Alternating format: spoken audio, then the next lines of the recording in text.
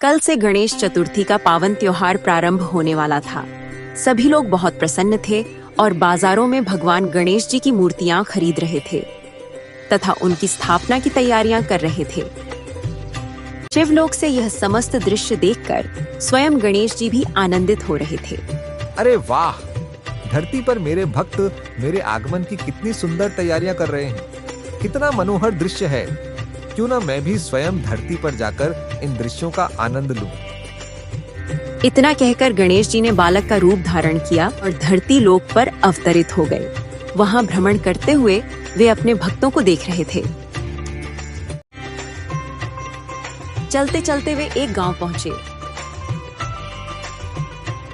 गांव में एक झोपड़ी के बाहर से गुजरते हुए उन्हें अचानक एक बच्ची के रोने की आवाज सुनाई दी। गणेश जी ठिठक कर रुक गए। अरे, ये बच्ची इतनी जोर जोर से क्यों रो रही है? दादाजी, ये हर बार हमारे साथ ही क्यों होता है?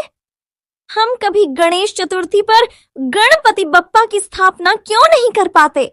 दादाजी चंपकलाल मौन खड़े थे। दादाजी, इस बार मेरी सारी सहेलियां अपने घरों में गणेश जी की स्थापना कर रही हैं। इस बार हम भी करेंगे। प्रिया बेटा, तू बार बार क्यों जिद कर रही है? देख, हमारे घर में तो एक वक्त का खाना जुटाना भी मुश्किल हो रहा है।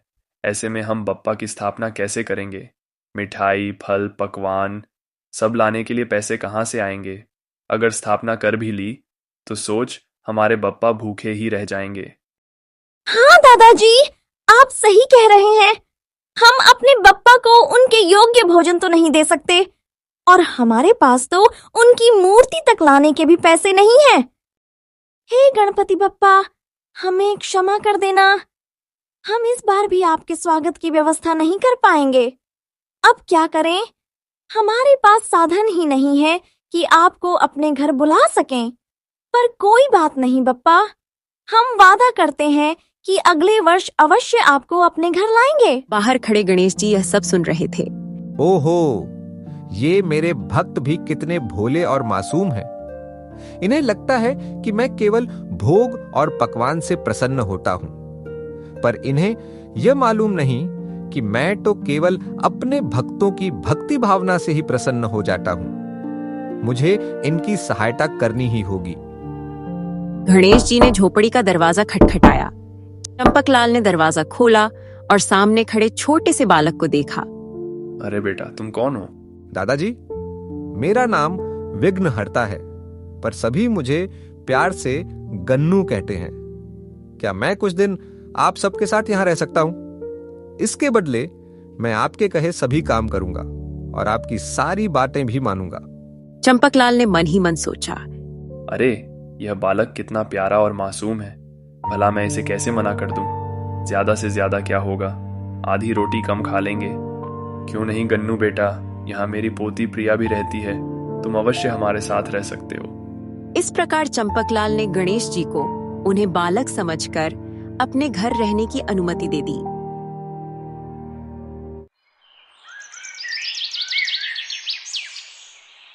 अरे दादाजी, आज तो गणेश चतुर्थी का प्रथम दिन है। क्या आपने गणेश जी की स्थापना नहीं की? अरे गन्नू बेटा, हमारे पास तो इतने पैसे ही नहीं थे कि हम गणेश जी को अपने घर ला सकें। अरे दादाजी, गणेश जी धन दौलत देखकर थोड़े ही आते हैं। वे तो अपने भक्तों के भाव देखकर प्रसन्न होते हैं। आप एक बार उन्हें अपने घर बुलाइए तो सही, वे आपके सारे कष्ट हर लेंगे। तुम सही कहते हो बेटा, पर अरे दादाजी, आप बस घर की साफ सफाई कीजिए। मैं अभी गणेश जी की मूर्ति और पूजन सामग्री लेकर आता हूँ। पर बेटा, पैसे कहाँ से आएंगे?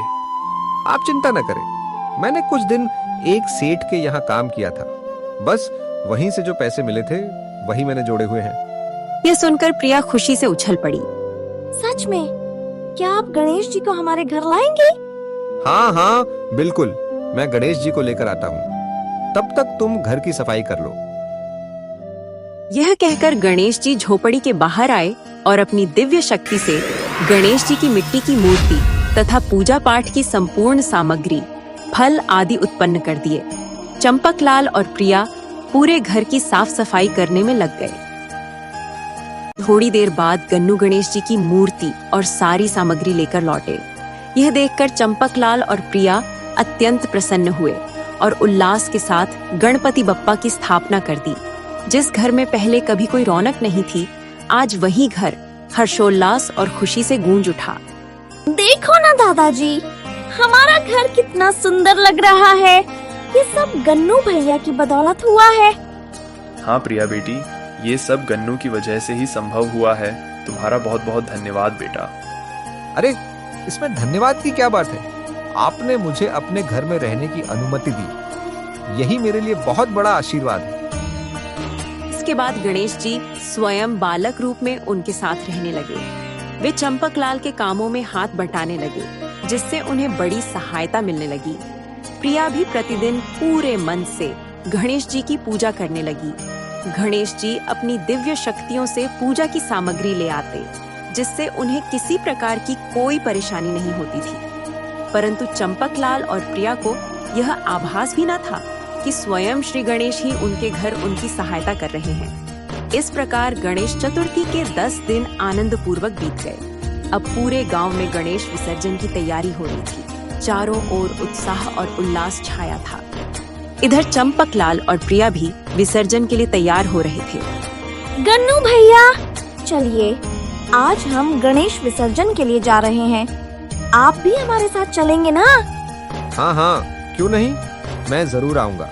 आप लोग आगे आगे चलिए, मैं अपना एक छोटा सा कार्य निपटा कर आता हूँ। इसके बाद चंपकलाल और प्रिया पूरे विधि विधान से गणेश जी की मूर्ति का विसर्जन करने नदी किनारे पहुँचे।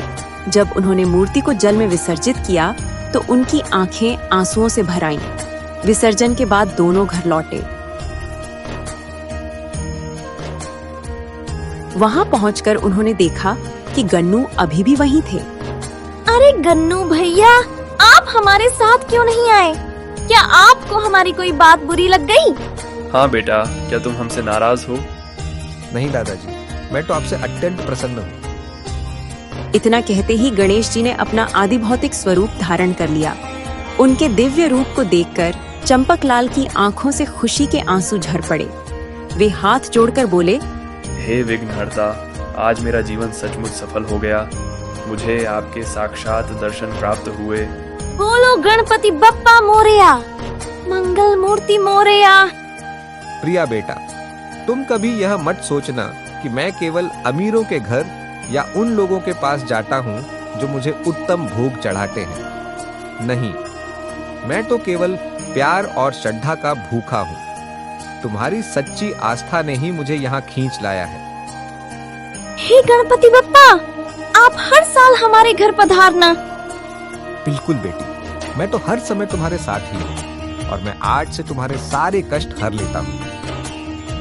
यह कहकर गणेश जी वहीं से अंतर्ध्यान हो गए। उसके बाद से चंपकलाल और प्रिया हर वर्ष गणेश जी की स्थापना बड़े धूमधाम से करने लगे। तो बोलो, गणपति बप्पा मोरया, मंगल मूर्ति मोरया।